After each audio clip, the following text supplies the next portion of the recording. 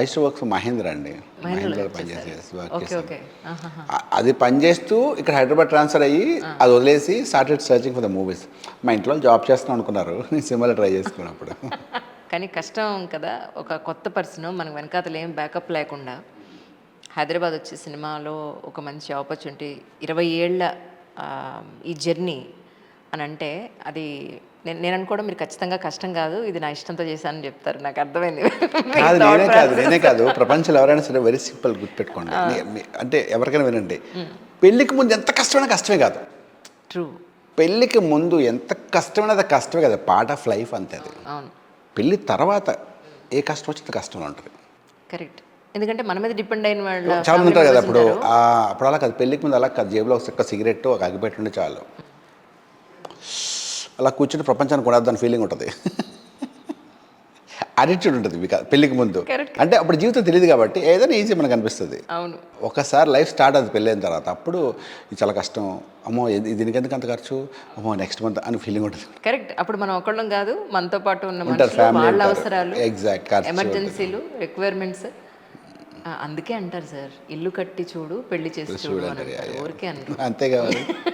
నేను ఎక్కువ మాట్లాడుతున్నాను ఫ్లోలో ఏమన్నా, టాక్ టూ మచ్. అస్సలు భలేవారే. అంటే మనం ఉపయోగపడే విషయాలే మాట్లాడుకుంటున్నాం యాక్చువల్లీ చెప్పాలంటే. పొలిమేర 1లో ఒక చిన్న సాంగ్ లాంటిది వేస్తారు అంతే బ్యాక్గ్రౌండ్ మ్యూజిక్లో. పొలిమేర 2లో కూడా అంతేనండి, ఎలాంటి మనకి సాంగ్? పొలిమేర 1లో సాంగ్ ఉండదండి, మ్యూజిక్ ఉంటుంది, చిన్న మ్యూజిక్ వస్తుంది వెళ్తుంది. పొలిమేర 2లో ఒక సాంగ్ ఉంటుందండి, క్లైమాక్స్లో సాంగ్ ఉంటుంది, ఒక చిన్న సాంగ్ ఉంటుంది అనమాట. అమ్మాయి మీద ఉంటుంది, ఒక ప్రాబ్లమ్స్ అమ్మాయి ఫేస్ చేసే ప్రాబ్లం అంతా, అది పొలిమేర 2లో ఉంటుంది సాంగ్. అది కట్టప్ప బాహుబలిని ఎందుకు చంపాడు అనేది ఒకటే డౌట్ అందరికీ. ఇక్కడ ఎన్ని డౌట్స్ ఉన్నాయి ఈ సినిమాలో. అసలు వీళ్ళిద్దరు చిన్నప్పుడు లవర్సా? అవును. ఇద్దరు కలిసి ప్లాన్ చేశారా, లేకపోతే మరి అప్పుడు చచ్చిపోయింది ఎవరు, వీళ్ళకి సపోర్ట్ చేసింది ఎవరు, అసలు వీళ్ళు ఎక్కడున్నారు ఇప్పుడు? ఒకటి కాదు 100 క్వశ్చన్లు ఉన్నాయి అందులో.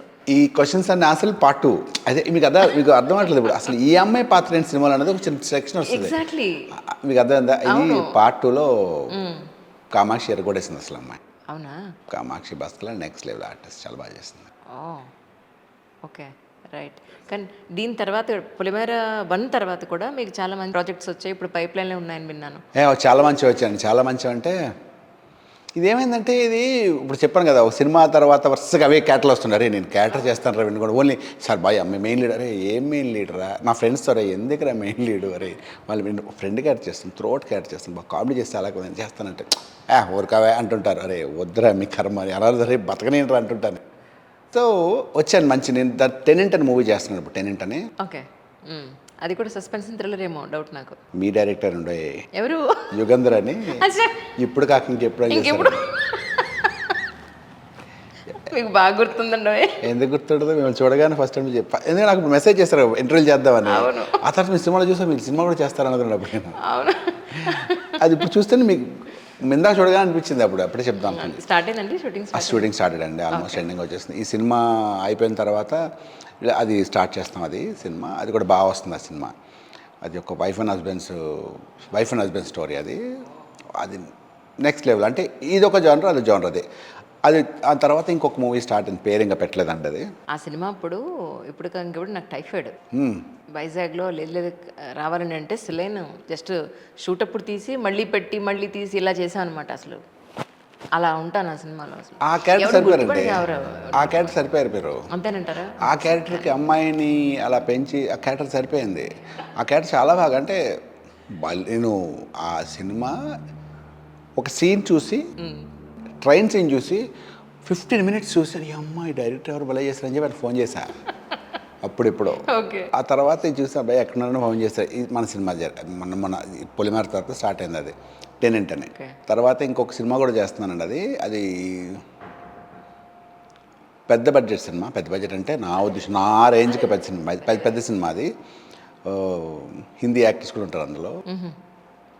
సినిమా పేరు ఇంకా పెట్టలేదేమో, చెప్పకూడదేమో. సినిమా పేరు చెప్పకూడదు అంటే, అది సినిమా పేరు ఒకటి చెప్పకూడదు అంటే డైరెక్టర్ ఇప్పుడు ఈ సినిమా మా ఊరి పొలిమేర గురించి మాడుతూ టెనెంట్ వాటి మీద కన్ఫ్యూజ్ అయిపోతారని చెప్పకూడదు.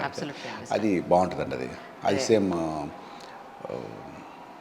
ఒక డిఫరెంట్ స్టోరీ మన చాలా బాగుంటుంది. సురేష్ కొండేటిలా కాకుండా ఒక ప్రశ్న మామూలుగా అడుగుదాం. చెప్పండి. అయ్యో యూ ఫీల్ అడగండి, ఎందుకంటే నేను మళ్ళీ దొరకను మీకు అడగండి, ఇప్పుడే అడిగాను.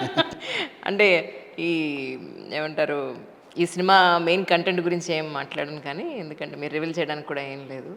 సో మీకు పర్సనల్గా యాజ్ ఎ పర్సన్ మీకు భక్తి ఉందా అని అంటే? బేసిక్గా నాకు భక్తి లేదండి.